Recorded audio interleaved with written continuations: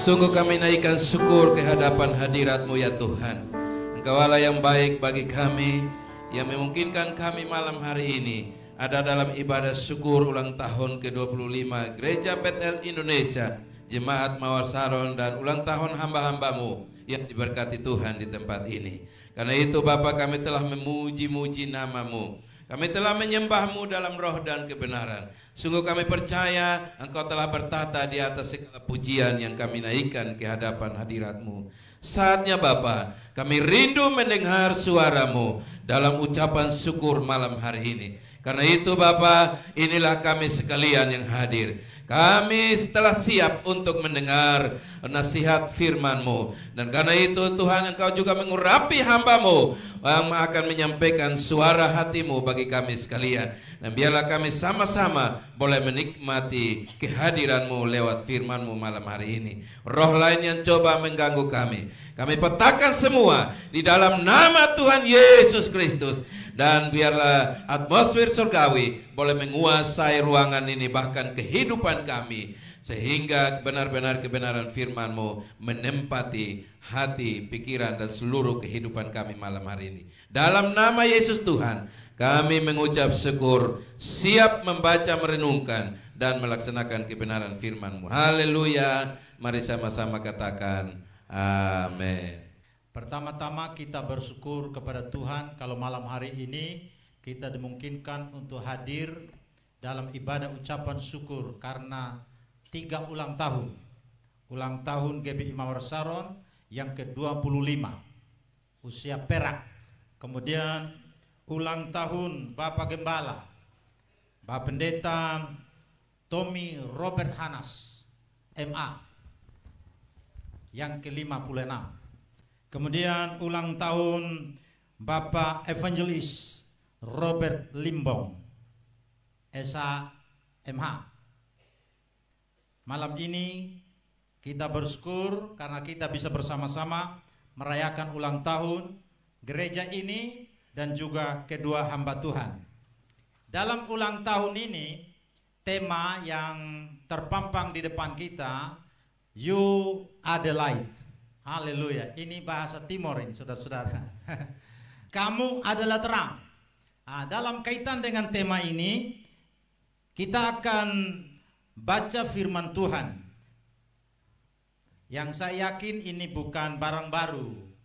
Ini sudah biasa kita dengar. Tapi kiranya Roh Kudus menolong kita sehingga ada hal-hal yang baru yang Tuhan ungkapkan kepada kita melalui firman Tuhan. Dalam Matius pasal 5 ayat 14 sampai 16 firman Tuhan berkata begini, Kamu adalah terang dunia. Kota yang terletak di atas gunung tidak mungkin tersembunyi.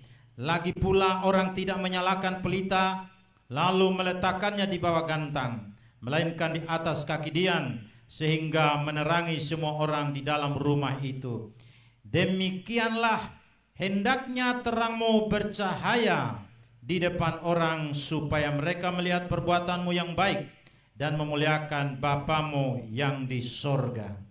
Saudaraku yang kasih dalam Tuhan, berkaitan dengan tema You Are the Light, ada beberapa hal yang kita akan perhatikan berdasarkan apa yang diungkapkan dalam firman Tuhan yang saya sudah bacakan bagi kita sekalian.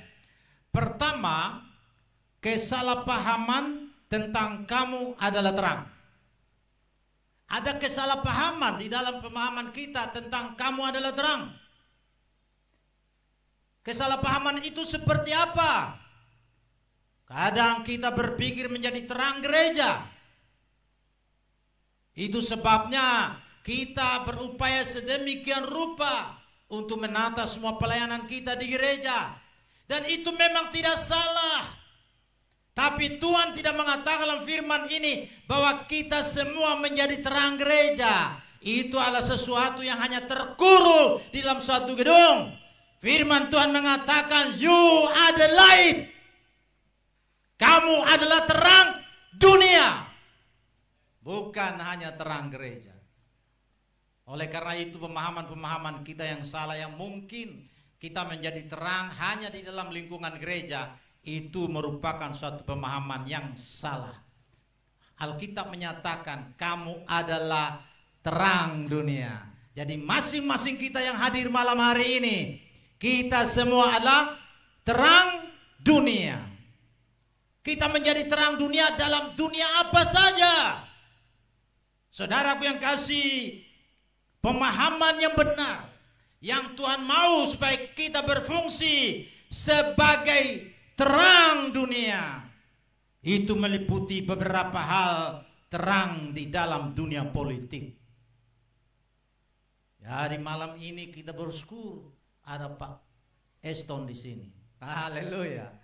Beliau betul-betul adalah terang di dunia politik.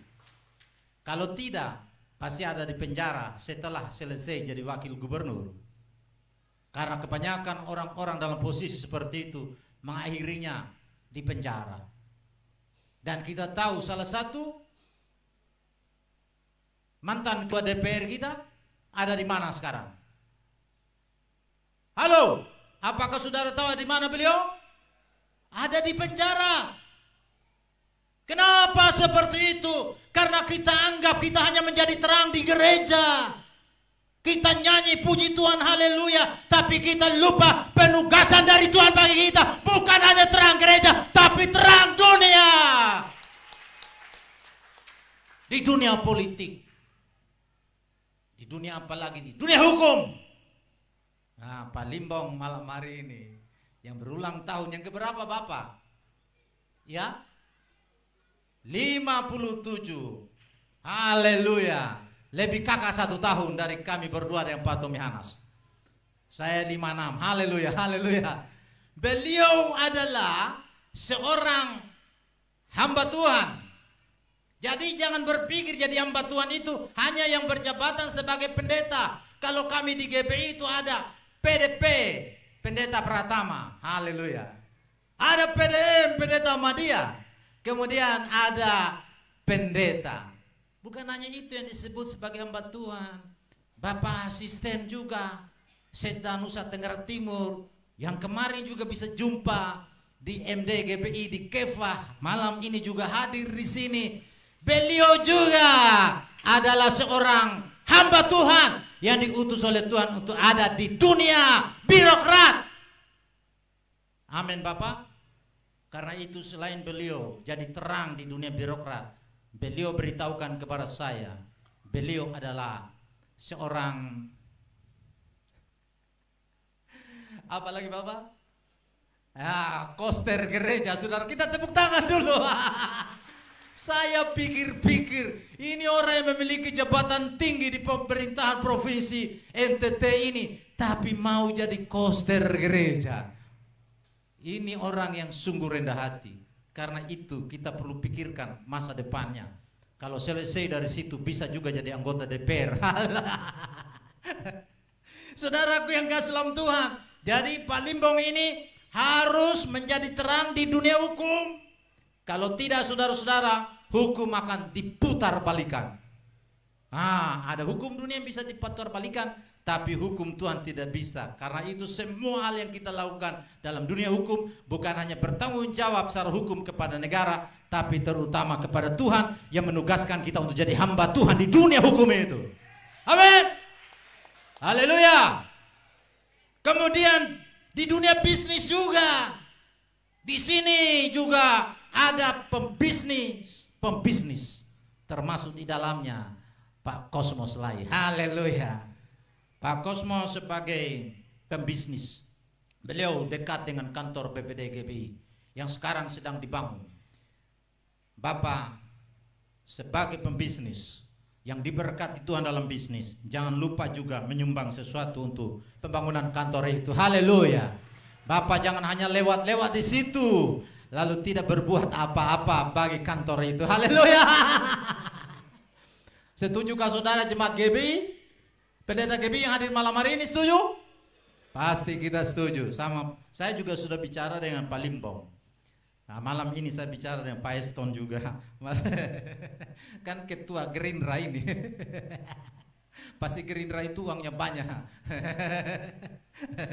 Bapak Ibu saudara-saudaraku yang kasih dalam Tuhan. Kemudian di dunia ekonomi di dunia pertahanan dan keamanan. Malam ini juga kan ada Wakapolda toh? Ya kan? Oi Pak Wakapolda.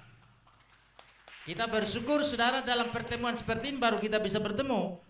Kalau kita ke kantor, walaupun kita ini pendeta, belum tentu diterima.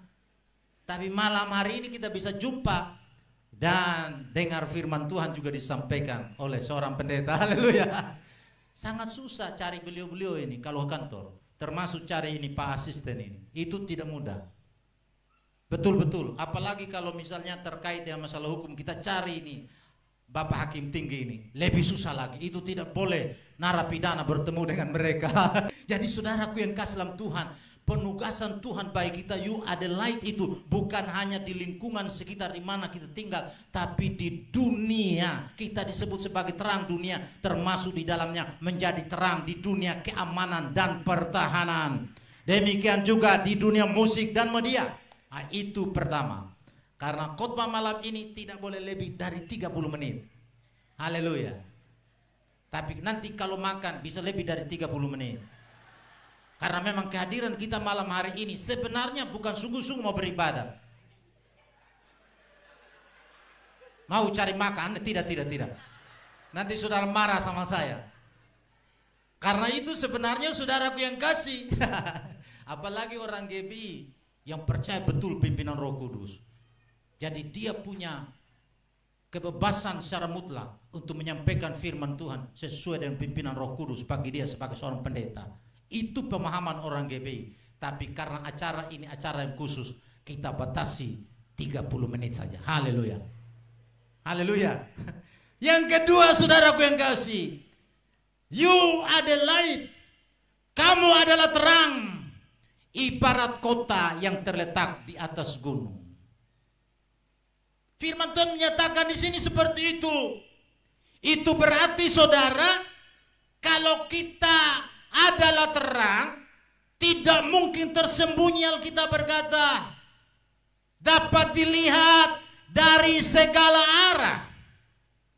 Makanya tidak salah saudara kalau orang kemudian melihat kita dari samping kiri, samping kanan, muka belakang, cara jalannya bagaimana, rambutnya pirang atau apa. Itu sesuatu yang bisa dilihat karena kita di atas gunung saudara-saudara.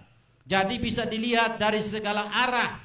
Dan Alkitab mengatakan di sini bahwa terang kita selain kita seperti gunung yang dapat dilihat dari segala penjuru, tapi firman Tuhan juga mengibaratkan terang kita itu bagaikan pelita yang diletakkan bukan di bawah gantang, tetapi di atas kaki Dian untuk menerangi semua orang di dalam rumah. Jadi konteksnya tadi itu di luar, kalau gunung itu dapat dilihat oleh semua orang.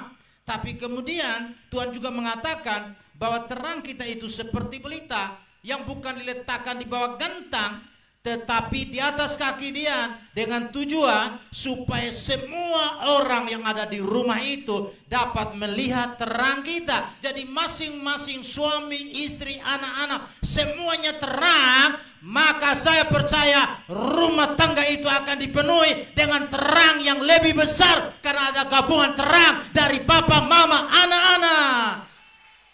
Saudara yang kasih dalam Tuhan, kemudian yang ketiga yang terakhir, You are the light dinyatakan dalam perbuatan baik.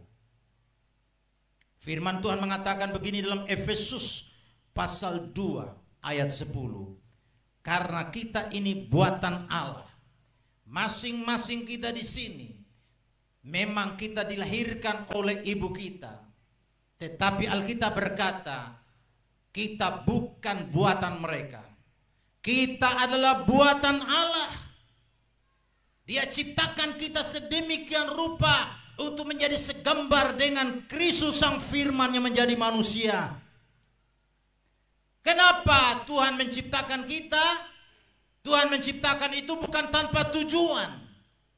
Tuhan menciptakan kita dengan tujuan yang jelas, sebagai buatan Allah yang diciptakan dalam Yesus Kristus untuk melakukan pekerjaan yang baik. Dan ini yang dipersiapkan Allah jauh sebelumnya supaya kita hidup di dalamnya. Kalau kita menyadari bahwa kita semua ini buatan Allah, kita tidak akan mempermalukan Dia dengan perbuatan-perbuatan jahat yang kita lakukan. Tapi nyatanya saudaraku yang kasih, banyak sekali kejahatan juga yang terjadi di sekitar kita yang justru juga dilakukan oleh orang-orang yang bernama Paulus, Markus, Lukas, Yohanes. Dan ini sesuatu yang sangat memalukan bagi kita sekalian. Di dalam Kisah Para Rasul dikatakan di situ bagaimana Paulus dia memberikan kesaksian ketika dia diperhadapkan dengan suatu masalah hukum yang dicari-cari sebenarnya. Dia dituduhkan melakukan macam-macam.